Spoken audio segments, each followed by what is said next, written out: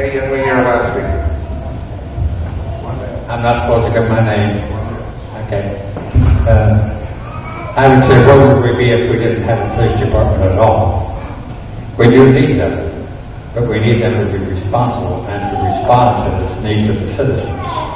When we have trouble and we're told, do not take the law into your own hands, we call them, we expect them to show up and help us. When I didn't get the help that I wanted, and I went to the Lancaster Sheriff's Office recently to explain my displeasure of what had happened to me 7 years ago, the officer listened to me and started, what do you expect me to do? We get fluffed off. We may be abused, but we also need their protection. And I decided that I'm seeing this happening all over our nation, and the only way to make the correction was for me to run for president of the United States. And I'm giving it a darn good try. I have studied what's happening with our political system and our police system all over the nation. When I was a kid in Detroit, my stepfather worked with the police department to help the auto workers get union representation to get our rights, as employees. I came to Los Angeles in 1944. I didn't have a car.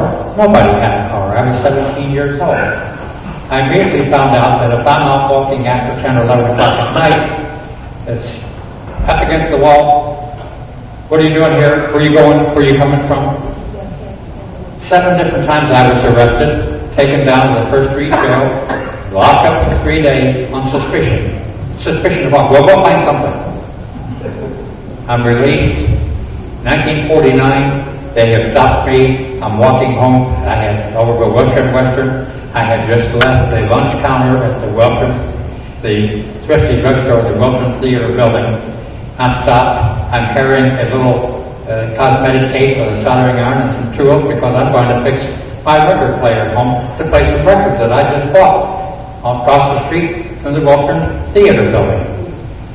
They take me down to the Wilshire police station and lock me up, and the next day when I didn't show up from work, my employer gets in touch with my family, and he gets in touch with the hospitals and the police, and we caught him. We caught him. He broke into our house.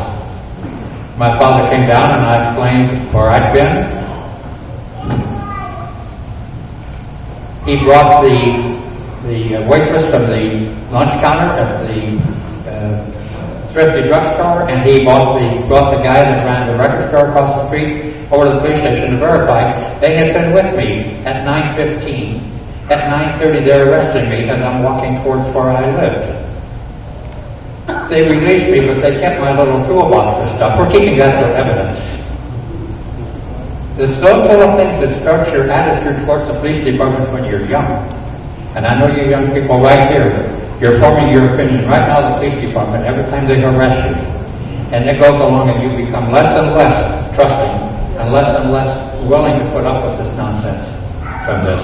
And I'm glad that we have these town hall meetings where you people are coming out, and I'm sure there are many instances of people that have not got here to tell us what's going on. We need our executives and our cities, our town councils and all, to control our police department and to protect us.